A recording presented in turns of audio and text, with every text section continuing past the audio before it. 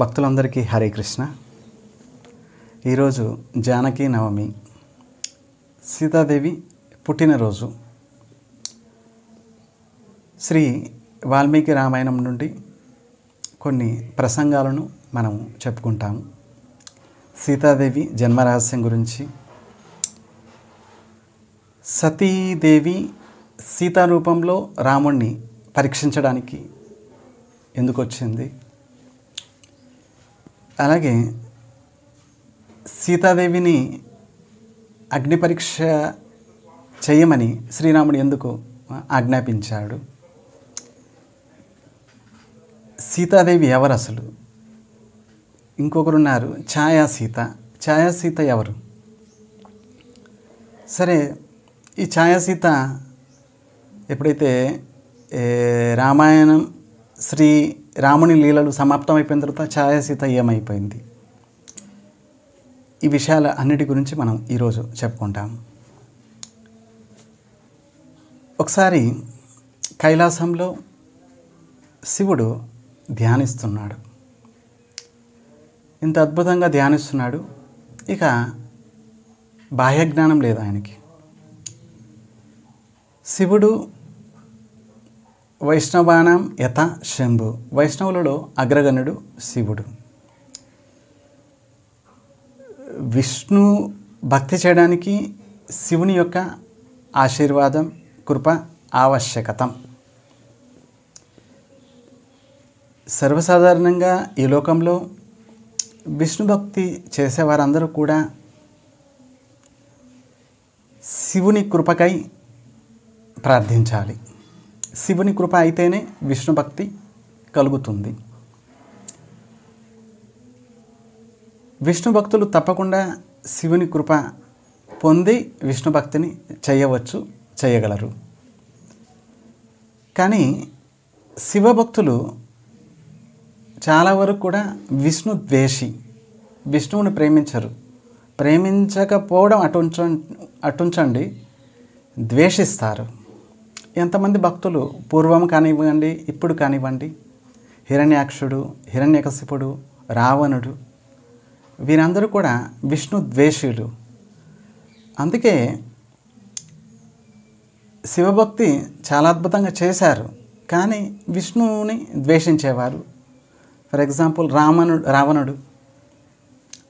రావణుడు గొప్ప శివభక్తుడు. అలాగే బాణాసురుడు గొప్ప శివభక్తుడు. ఇలా చాలామంది శివభక్తులు ఉన్నారు. వీరందరూ కూడా విష్ణువుని ద్వేషించి శివభక్తి చేసేవారు. అందుకే ఎప్పుడైతే విష్ణువు వారిని సంహరించడానికి వచ్చినప్పుడు శివుడు రక్షించేవాడు కాదు. విష్ణువుని ద్వేషించే వారిని శివభక్తి చేసినా కూడా శివుడు రక్షించాడు. ఇక విష్ణు భక్తులు సదా శివుని యొక్క కృపకు పాత్రుడు. శివుని ప్రార్థిస్తారు, హో స్వామి మాకు విష్ణు భక్తిని ప్రసాదించండి అంటూ. సో విష్ణు భక్తులు శివభక్తుల యొక్క తారతమ్యం ఇదన్నమాట. ఇక శివుడు సదా శ్రీరాముని యొక్క తారక మంత్రాన్ని జపిస్తూ ఉంటారు. శ్రీరామ్ జయ రామ్ జయ జయ రామ్, ఇది తారక మంత్రం. ఈ మంత్రాన్ని ఎప్పుడు నిత్యం జపిస్తూ ఉంటారు. కైలాసంలో వటవృక్షం కింద కూర్చొని శ్రీరాముని ధ్యానిస్తున్నారు, శ్రీరామనామాన్ని జపిస్తున్నారు శివుడు. పార్వతీదేవి ఆ సమయంలో పార్వతీదేవి యొక్క పూర్వజన్మం సతీదేవి రూపంలో ఉన్నారు. అప్పుడు సతీదేవి వచ్చారు, శివుడికి ప్రణామం చేశారు. శివుడు ఎదురుగా కూర్చొని, స్వామి ఎవరిని ధ్యానిస్తున్నారు, ఎవరి నామాన్ని జపిస్తున్నారు, ఎంతోమంది 33 కోట్ల దేవతలు ఉన్నారు, ఎవరిని పూజించాలి, ఎవరిని ఆరాధించాలి అంటూ పార్వతీదేవి ప్రశ్నించింది. సతీదేవి ప్రశ్నించింది శివుణ్ణి. శివుడు అంటున్నారు, ఆరాధనానాం సర్వేషాం విష్ణుర్ ఆరాధనం పరం, తస్మాత్ పరతరం దేవి తదీయానం సమర్చనం. ఆరాధనానాం సర్వేషాం విష్ణుర్ ఆరాధనం పరం. ఎన్ని ఆరాధనలు ఉన్నాయి, ఎన్ని పూజలు ఉన్నాయి, ఎన్ని వ్రతాలు ఉన్నాయి, అన్నిటిలో విష్ణువుని ఆరాధించడం, విష్ణువుని పూజించడం సర్వశ్రేష్టము. శివుడు అంటున్నారు సతీదేవితో, తస్మాత్ భరతనం దేవి తదీయానం సమర్చనం. ఇంకా అంతకంటే శ్రేష్టమైన భక్తి ఏంటంటే విష్ణు భక్తుల్ని సేవించటం. విష్ణువుని సేవించటం శ్రేష్టమైనది, విష్ణు భక్తుల్ని సేవించటం ఇంకా ఇంకా అతి శ్రేష్టమైనది, పరమశ్రేష్టమైనది. సరే, ఎవరిని ధ్యానిస్తున్నారు మీరు? శివుడు అంటున్నారు, హే సతీ, నేను నిత్యము శ్రీరామచంద్రుడిని ధ్యానిస్తూ ఉంటాను, శ్రీరామచంద్రుడి యొక్క నామాల్ని జపిస్తూ ఉంటాను. శ్రీరామచంద్రుడు ఎవరు? శివుడు అంటున్నారు, ప్రస్తుతం భగవంతుడు శ్రీరాముని యొక్క అవతారం తీసుకొని లీలలు చేస్తున్నారు భూలోకంలో. సరే, శ్రీరామాయణం గురించి నాకు చెప్పండి అంటూ సతీదేవి ప్రశ్నించారు. శివుడు అన్నారు, శ్రీమద్ రామాయణం గురించి నాకంటే అగస్త్యముని బాగా చెప్తారు, ఇంకా ఎక్కువ తెలుసు శ్రీరాముడి గురించి. మన ఇద్దరము అగస్త్యముని ఆశ్రమానికి వెళ్దాము, అక్కడ రామాయణాన్ని శ్రవణం చేద్దాము అన్నారు శివుడు. శివుడు, సతీదేవి ఇద్దరు కూడా బయలుదేరారు అగస్త్యముని ఆశ్రమానికి. అగస్త్యమునికి ఇద్దరు ప్రణామం చేశారు, ఉచితమైన ఆసనం ఇచ్చారు ఇద్దరికి. తర్వాత శివుడు ప్రశ్నించారు, స్వామి, మేమిద్దరము శ్రీమద్ రామాయణం శ్రీరాముని యొక్క లీలల గురించి శ్రవణం చేయడానికి వచ్చాము. అగస్త్యముని రామాయణం గురించి చెప్పడం మొదలుపెట్టారు. చాలా అద్భుతంగా రామాయణం, సంపూర్ణ రామాయణాన్ని తెలియజేశారు. శివుడు, సతీదేవి ఇద్దరు శ్రవణం చేశారు, ఆనందం పొందారు. ఇద్దరు ఇక కైలాసానికి తిరిగి బయలుదేరుతున్నారు. ఆ సమయంలో మార్గ మధ్యంలో శ్రీరాముడు, లక్ష్మణుడు వస్తున్నారు అదే దారిలో. వీరు ఇలా వెళ్తున్నారు, వారిద్దరూ అలా వస్తున్నారు. ఆ సమయంలో రాముడు అవతారం తీసుకొని ఉన్నారు, సీత అపహరణం కూడా అయిపోయింది అప్పటికి. ఇక శ్రీరాముడు చెట్లను పుట్టలను పట్టుకొని, హే సీతే, హే సీతే, ఎక్కడికి వెళ్ళిపోయావు, కనిపించడం లేదు. చెట్లు పుట్టలని పక్షుల్ని కూడా శ్రీరాముడు అడుగుతున్నాడు, హే చెట్లు, హే పక్షులు, మీరు నా సీతను చూసారా? నా సీతను ఎవరు తీసుకెళ్ళిపోయారు? దయచేసి చెప్పండి, సీతాదేవి ఎక్కడికి వెళ్ళిపోయింది? హే సీతే, హే సీతే, నేను ఒక క్షణం కూడా బతకలేను నువ్వు లేకుండా అంటూ శ్రీరాముడు చెట్లని పుట్లని అడుగుతున్నాడు. లక్ష్మణుడు శ్రీరామచంద్రుడిని నచ్చ చెప్తున్నాడు, స్వామి స్వామి, తప్పకుండా సీతమ్మ లభిస్తుంది, మనము ఇంకా ముందుకెళ్దాం అని అంటున్నాడు లక్ష్మణుడు. కాస్త దుఃఖాన్ని ఆపుకోండి, తప్పకుండా సీతమ్మ లభిస్తుంది అంటూ లక్ష్మణుడు నచ్చ చెప్తున్నాడు. శ్రీరాముడు ఏడుస్తున్నాడు. అక్కడ జరిగే ఘటన, శివుడు, సతీదేవి అదే దారిలో వెళ్తున్నారు, ఇదన్నీ చూస్తున్నారు. శివుడు దూరం నుంచే, ఆహాహా, నా స్వామి అద్భుతమైన లీలలు చేస్తున్నారు, జయహో సచ్చిదానంద స్వరూపుడికి జయహో అంటూ సాష్టాంగ ప్రణామం చేశారు శివుడు శ్రీరామచంద్రుడికి. సతీదేవి ఇలా చూస్తుంది. సతీదేవి ప్రణామం చేయలేదు, అలాగే చూస్తుంది, విచిత్రమైన లీలలు అని చెప్పి. సరే, ఇద్దరు బయలుదేరారు. కైలాసం వెళ్ళిన తర్వాత సతీదేవి ప్రశ్నిస్తుంది శివుణ్ణి, స్వామి స్వామి, మీరు ఎవరినైతే ధ్యానిస్తూ ఉంటారు, ఎవరి నామాల్ని నిత్యం జపిస్తూ ఉంటారు, ఆ శ్రీరాముడా ఈ శ్రీరాముడు? ఆ శ్రీరాముడే. రాజకుమారు వేషంలో రాజుగా జన్మించారా ఏంటి? దశరథ కుమారునిగా జన్మించారు. మరి ఈ వనవాసంలో ఇప్పటి వరకు నువ్వు వినలేదా ఏంటి రామాయణం? విన్నాను. మరి శ్రీరాముడు ఏడుస్తున్నాడు ఎందుకు? ఇప్పుడు లీలలు చేస్తున్నారు, సీతాదేవి అపహరించబడింది, శ్రీరాముడు లీలలు చేస్తూ రావణుణ్ణి సంహరిస్తారు అని శివుడు అన్నారు. సతీదేవి మనసులో సందేహం కలిగింది. నిజానికి మీరు చెప్పినట్లు శ్రీరామచంద్రుడు భగవంతుడైతే సీతాదేవిని ఎవరు అపహరించారో ఆయన తెలీదా ఏంటి? మరి ఎందుకు ఏడుస్తున్నాడు? శివుడు అన్నారు, హే సతీ, ప్రస్తుతం లీలలు చేస్తున్నారు స్వామి, సాధారణ మానవునిగా లీలలు చేస్తున్నారు కనుక రావణుని సంహరించి లీలలు సమాప్తమయ్యేంత వరకు ఆ విధంగా లీలలు చేస్తారు స్వామి. సతీదేవి నమ్మడం లేదు. లేదు లేదు స్వామి, మీరు పొరపాటు పడుతున్నారు. నిజంగా శ్రీరాముడు భగవంతుడైతే ఆయన అంతర్యామి కదా, అన్ని విషయాలు తెలుసు కదా, అలాంటప్పుడు ఏడవలసిన పని ఏంటి? లక్ష్మణుడు నచ్చ చెప్తున్నాడు, శ్రీరాముడు ఏడుస్తున్నాడు. నాకేంటి అంతుపట్టడం లేదు.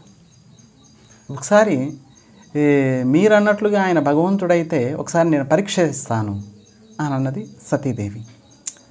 శివుడు అన్నారు, పరీక్షిస్తావా? భగవంతుని పరీక్షిస్తావా? లేదు, పరీక్షించొద్దు. కానీ సతీదేవి అంటుంది, లేదు స్వామి, నేను ఒకసారి వెళ్ళి పరీక్షిస్తాను. శివుడు అంటున్నారు, నీ ఇష్టం, నీ కర్మ. స్వయంగా భగవంతుడే శ్రీరామచంద్రుడి యొక్క రూపంలో లీల చేస్తున్నారు.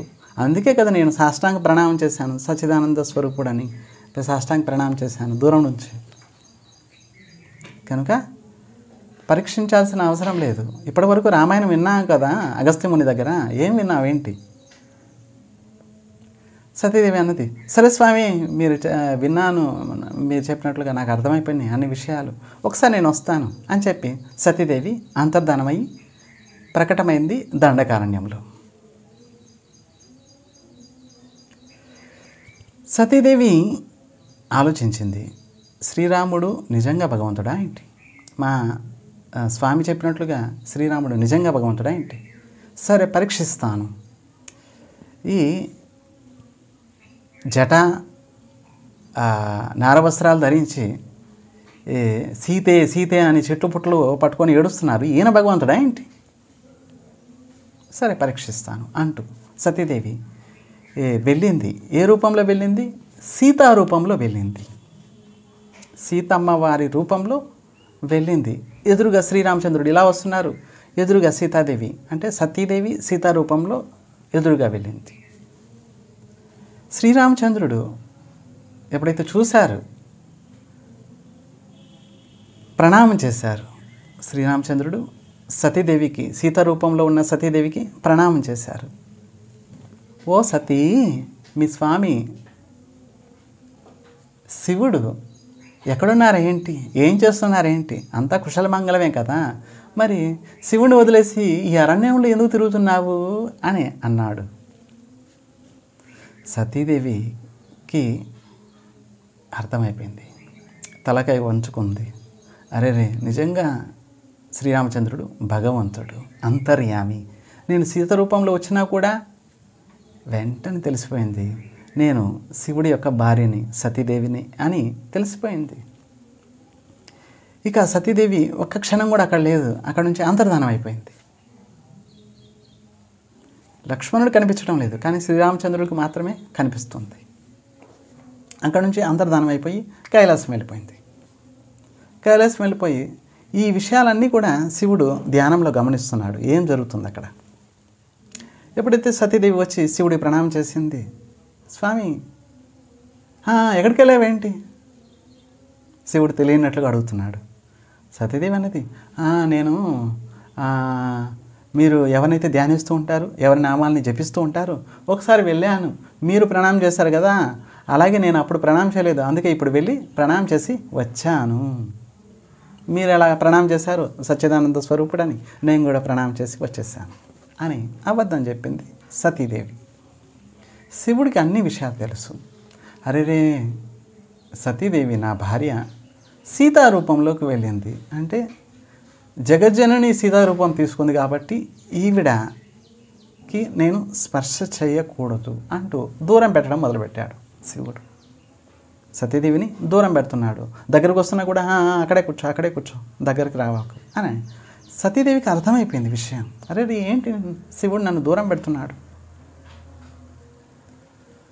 ఓహో, శివుడు ధ్యానంలో చూశాడు, నేను శ్రీరామచంద్రుడిని సీతా రూపంలో వెళ్ళి పరీక్షించడం అన్నీ గమనించాడు శివుడు.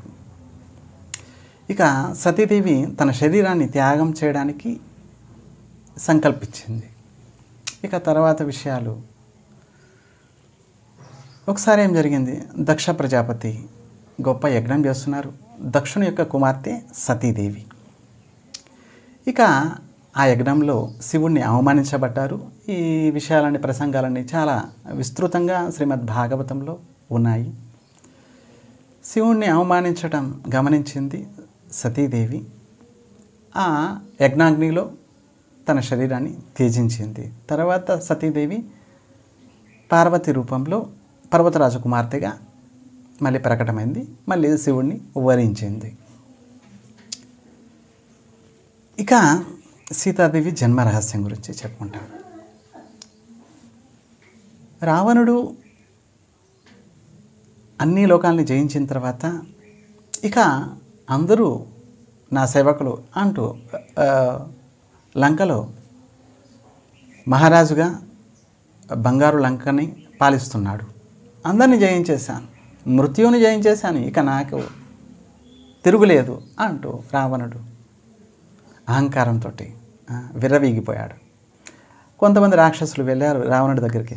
స్వామి, దండకారణ్యంలో చాలామంది ఋషిములు ఉన్నారు, వారు ఎప్పుడు కూడా మీకు ప్రణామం చేయడం లేదు, వారు ఎప్పుడు కూడా మిమ్మల్ని అన్ని లోకాలకి అధిపతిగా స్వీకరించడం లేదు. రావణుడి కోపం వచ్చేసింది. సరే, వెంటనే మీరు అందరూ వెళ్ళండి దండకారణ్యానికి, నన్ను అన్ని లోకాలకి అధిపతి స్వామిగా ప్రకటించండి, వాళ్ళ దగ్గర రుసుము తీసుకురండి, ట్యాక్స్.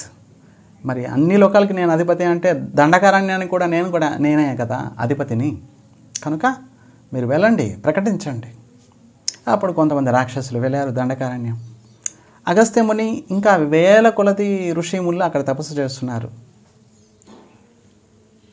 ఈ రాక్షసులు వెళ్ళి అగస్త్యమునికి ప్రణామం చేసి అన్నారు, అయ్యా, రావణుడు అన్ని లోకాలకి అధిపతి స్వామి, ఆయన్ని స్వీకరించండి, ఆయనకు ప్రణామం చేయండి.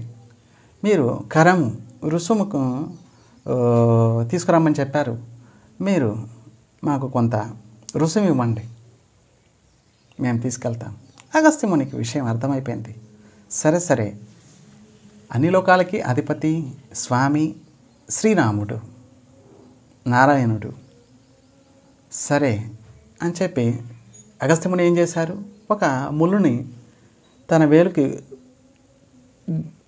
గుచ్చుకొని 4-5 ఒక 10 బొట్టుకులు రక్తము ఒక కలశంలో నింపారు. ఇలా వేల కొలది ఋషిములు అందరూ కూడా అగస్త్యముని చేసినట్లుగా ఒక 10-12 బొట్టుకులు రక్తాన్ని ఆ కలశంలో వేశారు. ఈ విధంగా కలశం ఆ ఋషిమునుల యొక్క రక్తంతో నిండిపోయింది. ఆ రక్తపు కలశాన్ని అగస్త్యముని ఆ రాక్షసులకు ఇచ్చాడు. ఇదిగో మీ రావణుడికి ఇవ్వండి. ఒక మాట గుర్తుపెట్టుకోండి, ఈ కలశంలో ఉన్న రక్తమే రావణుడిని సంహరిస్తుంది, రావణుడి యొక్క వినాశనానికి కారణమవుతుంది ఈ కలశంలో ఉన్న రక్తము అంటూ అగస్త్యముని అన్నారు. ఆ రక్తాన్ని తీసుకెళ్లారు, రావణుడికి ఇచ్చారు. ఇచ్చి అగస్త్యముని చెప్పిన విషయాలన్నీ కూడా చెప్పారు. రావణుడికి భయం వేసింది. అరే, నేను సర్వనాశనం అయిపోతానేంటి ఈ కలశంలో ఉన్న రక్తం వలన. సరే, కొంతమంది అక్కడ ఉన్న మంత్రులు, కొంతమంది స్నేహితులు వాళ్ళందరూ అన్నారు, స్వామి, ఈ రక్తాన్ని, ఈ కలశపు రక్తాన్ని మనము సముద్రంలో వేసేద్దాం, పీడ వదిలిపోతుంది. కొంతమంది అన్నారు, ఈ రక్తాన్ని మనము నదుల్లో వేసేద్దాము, ఈ రక్తాన్ని అడవుల్లో వేసేద్దాము. ఈ విధంగా రకరకాలుగా అన్నారు. మరి సముద్రంలో మనం సముద్రం ఒడ్డునే ఉంటాము, మరి జలచరాలన్నీ ఉంటాయి, మరి ఈ రక్తం వలన జలచరాలన్నీ కూడా నన్ను తినేస్తాయి అని రావణుడికి భయం వేసింది. సరే, కొంతమంది రాక్షసులు అన్నారు, సరే ఈ రక్తపు కలశాన్ని మనము భూమిలో పాతి పెట్టేద్దాము, పీడ వదిలిపోద్ది. భూమిలో పాతి పెడితే ఇక నష్టమైపోతుంది కదా, ఇక మనకే భయం ఉండదు అని అన్నారు. సరే, రావణుడు అలా చేయండి. ఆ రక్తపు కలశాన్ని తీసుకెళ్లారు. ఎక్కడికి తీసుకెళ్లారు? జనకపురి పొలిమేర్ల దగ్గరికి వెళ్ళి గుంతదవి అందరూ పూడ్చిపెట్టేశారు రక్తపు కలశాన్ని. ఇక ఆ సమయంలో జనక మహారాజు యాజ్ఞవల్క్య మునిని సంతానం కోసం ప్రార్థించారు. యాజ్ఞవల్క్య ముని అన్నారు, సంతానం ప్రాప్తి కోసం మీరు గొప్ప యజ్ఞం చేయండి అని అన్నారు. సరే, ఆ సమయంలో ఎప్పుడైతే ఈ రక్తపు కలశాన్ని ఆ భూమిలో పాతిపెట్టారో అప్పటి నుంచి వర్షం పడటం లేదు. 12 సంవత్సరాల వరకు కూడా వర్షం లేదు. వర్షమే ఆధారం. ఏ లోకంలో అయినా ఏ కాలంలో అయినా వర్షమే ఆధారం. వర్షం పడలేదు. జనక మహారాజు ప్రశ్నించారు, స్వామి మాకు సంతానము లేదు, వర్షం పడక జనులందరూ కూడా ఆహాకారాలు చేస్తున్నారు, ఇప్పుడు ఏం చేయాలి? యాజ్ఞవల్క్య ముని అన్నారు, సరే గొప్ప యజ్ఞం చేయాలి. వర్షం పడాలన్నా యజ్ఞం చేయాలి, మీకు సంతానం కావాలన్నా యజ్ఞం చేయాలి. ఈ 2 పనులు ఒకేసారి అవుతాయి అని చెప్పి బంగారు నాగలను తీసుకొని వచ్చి దున్నడం మొదలుపెట్టారు. దున్నుతుంటే ఒక చోటుకు వచ్చేసరికి నాగలి ఆగిపోయింది. ఎక్కడైతే ఈ రక్తపు కలశాన్ని పాతిపెట్టారు అక్కడి నుంచి ఒక బంగారు పెట్టెలో సీతాదేవి ప్రకటమైంది. అమ్మవారు ఎప్పుడెప్పుడు భగవంతుడు లీల చేయడానికి వస్తారు ఈ భూలోకానికి, అప్పుడప్పుడు లక్ష్మీదేవి తన యొక్క అంశతోటి శ్రీరామచంద్రుడుగా అవతరించినప్పుడు, ఇంకా భగవంతుడి యొక్క అవతారాలు ఎన్ని రకాలుగా అవతరించినప్పుడు అన్నిసార్లు కూడా లక్ష్మీదేవి తన అంశతోటి అవతరిస్తూ లీలల్ని పరిపుష్టం చేస్తుంది. శ్రీరామచంద్రుడిగా వచ్చినప్పుడు సీతాదేవిగా వస్తుంది, శ్రీకృష్ణుడిగా వచ్చినప్పుడు రుక్మిణీదేవిగా వస్తుంది. ఇలా అన్నమాట సీతాదేవి ప్రకటమైంది. ఇది ప్రకట లీలలు. ఇక సీతాదేవి కారణం వల్లనే రావణుడి యొక్క వినాశనం. అప్పటి వరకు కూడా గొప్ప తపస్సు చేసి సర్వలోకాల్ని జయించి కూర్చున్నాడు రావణుడు. ఎప్పుడైతే సీతని అపహరించాలనే ఆలోచన వచ్చింది, ఆ క్షణం నుంచి వాడి యొక్క వినాశనం మొదలైంది. సరే, ఎప్పుడైతే విశ్వామిత్రుడు ఒకసారి దశరథ మహారాజ్ దగ్గరికి వెళ్ళారు. అయ్యా, ఇలా గొప్ప యజ్ఞం చేయాలనుకుంటున్నాను, కొంతమంది రాక్షసులు విఘ్నం చేస్తున్నారు, కనుక శ్రీరామచంద్రుడిని నా వెంట పంపించండి, నా యొక్క యజ్ఞాన్ని రక్షిస్తారు, రక్షించడం వల్ల యజ్ఞం పరిపూర్ణమవుతుంది అని అన్నారు. దశరథ మహారాజు మొట్టమొదటి ఒప్పుకోలేదు. సరే, వశిష్ఠుడు ఆజ్ఞాపించాడు, అయ్యా ఈయనతోటి పంపించడం వల్ల మీకు 2 లాభాలు. ఒకటి, ధనుర్విద్య అన్ని విద్యలు అన్ని శస్త్ర విద్యలు రహస్యం తెలుసుకుంటారు శ్రీరామచంద్రుడు. ఇంకొకటి, శ్రీరామచంద్రుడికి వివాహం కూడా చేస్తారు ఈయన అని చెప్పి 2 మాటలు చెప్పేసరికి దశరథ మహారాజు ఒప్పుకున్నారు. ఎప్పుడైతే శ్రీరాముడుతో కూడా లక్ష్మణుడు కూడా బయలుదేరాడు. ఒకటి కొంటే ఇంకోటి ఫ్రీ అన్నట్లుగా శ్రీరామచంద్రుడిని కోరారు విశ్వామిత్రుడు. శ్రీరామచంద్రుడు అనుక్షణము ఆయన వెంట ఉంటారు, లక్ష్మణుడు సేవిస్తూ ఉంటారు శ్రీరామచంద్రుడిని. శేషనాగుడు అనంతుడు కాబట్టి ఇద్దరు బయలుదేరారు. ఆ యజ్ఞంలో మారీచుడు వచ్చాడు. తాటకిని సంహరించిన తర్వాత మారీచుడు వచ్చాడు. శ్రీరామచంద్రుడు ఒక్క బాణంతో 100 యోజనల దూరంలో పడిపోయాడు మారీచుడు. లంకలో వెళ్ళి పడిపోయాడు. ఇక ఆ క్షణం నుంచి శ్రీరామచంద్రుడి గురించి తెలిసిపోయింది మారీచుడికి. ప్రతి క్షణం ఎక్కడ చూసినా శ్రీరామచంద్రుడే కనిపిస్తున్నారు. భయంతో మారీచుడికి రామ్ రామ్ రామ్ అని జపం చేస్తున్నాడు మారీచుడు. తన బుద్ధి మారిపోయింది. ఇక ఒక చిన్న పర్ణకుటీరం ఏర్పాటు చేసుకోండి మారీచుడు. నిత్యము ఎక్కడ చూసినా రాముడే కనిపిస్తున్నాడు, ఎక్కడ చూసినా రాముడే కనిపిస్తున్నాడు ఆయనకి. రామ్ రామ్ అని జపం చేస్తున్నారు మారీచుడు. ఎప్పుడైతే ఆకాశంలో శూర్పణఖ ప్రయాణం చేస్తూ ఉంటుంది. శూర్పణఖ ఒక అందమైన సౌందర్యవంతమైన యువతి రూపంలో వెళ్ళింది శ్రీరామచంద్రుడు లక్ష్మణ్ దగ్గరికి. వారిద్దరిని చూసి ఆకృష్టమైంది. అందుకే వేషం మార్చుకొని వెళ్ళింది. ఇక పెళ్లి ప్రస్తావన మొట్టమొదట చూపులోనే పెళ్లి ప్రస్తావన పెట్టేసింది. చూడండి,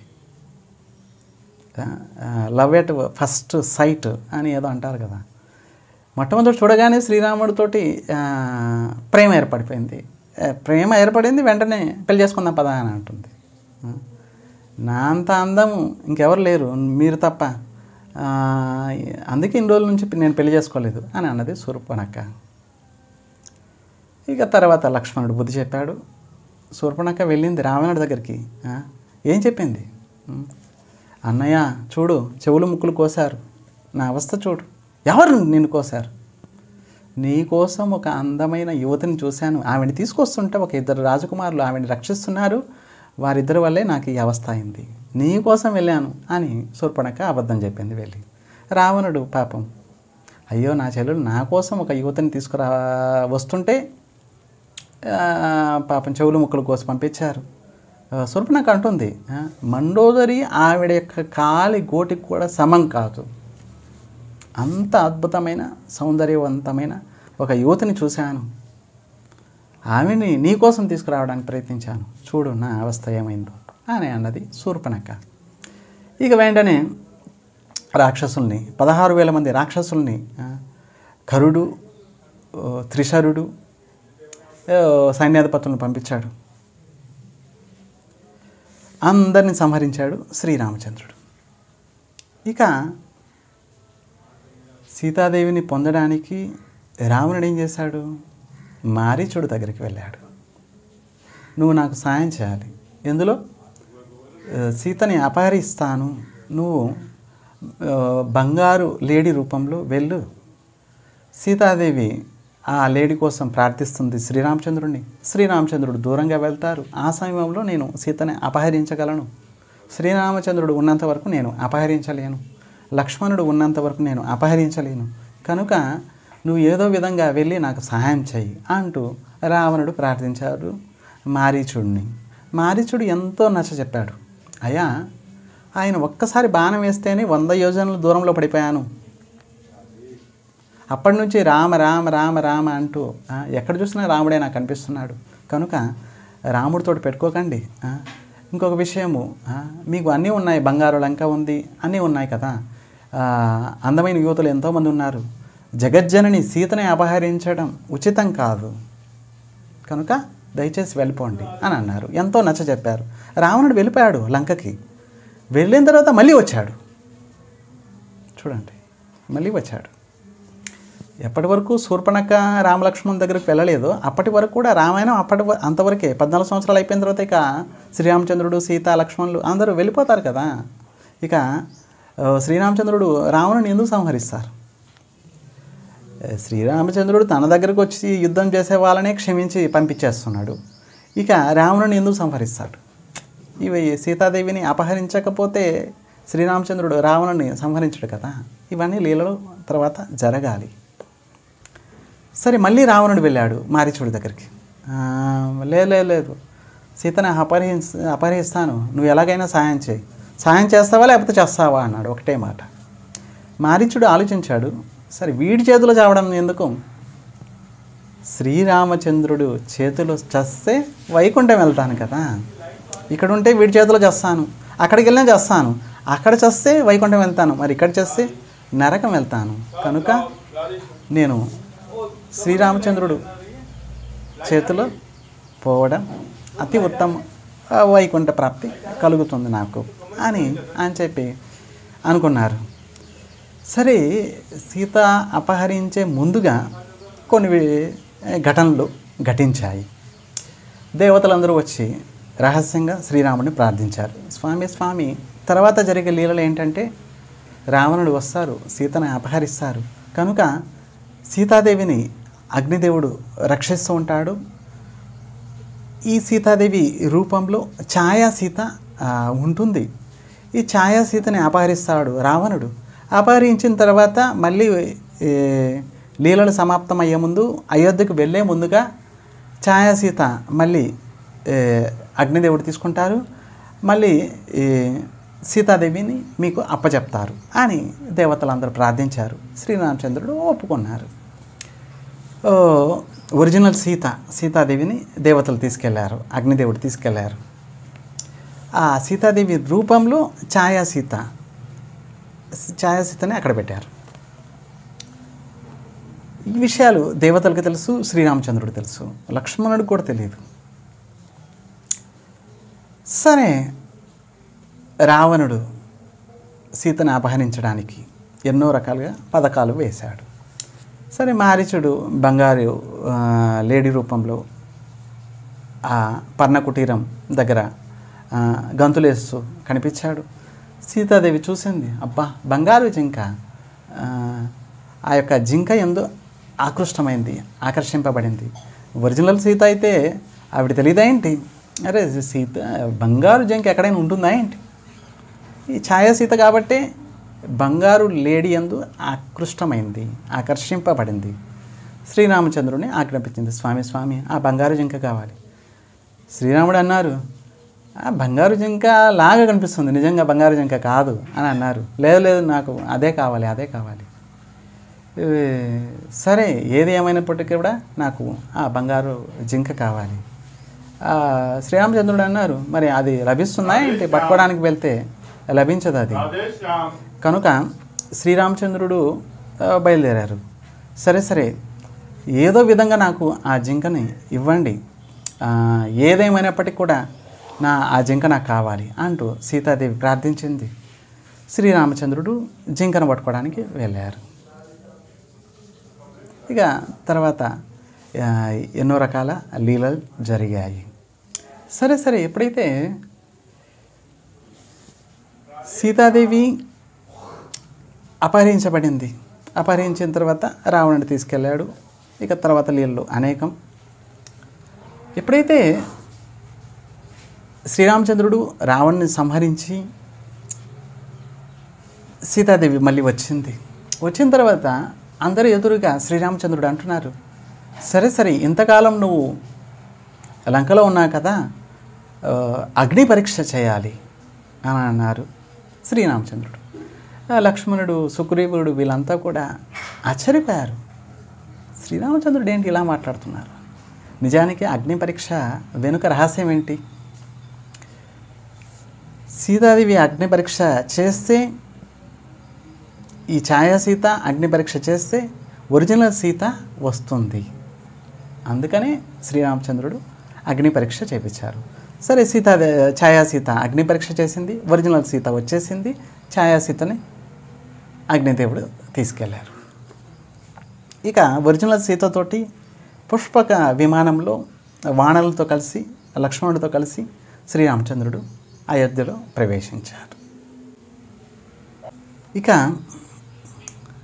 సరే మళ్ళీ అయోధ్యలో ప్రవేశించిన తర్వాత కొంతకాలం అయిపోయిన తర్వాత మళ్ళీ శ్రీరామచంద్రుడు సీతాదేవిని అగ్ని పరీక్ష చేయమని మళ్ళీ కోరాడు. మళ్ళీ ఎందుకు కోరాడు? వెనక ఎంతో రహస్యం ఉంది. శ్రీరామచంద్రుడు ఎంతోమంది దూతల్ని రాత్రి సమయంలో పంపించేవారు.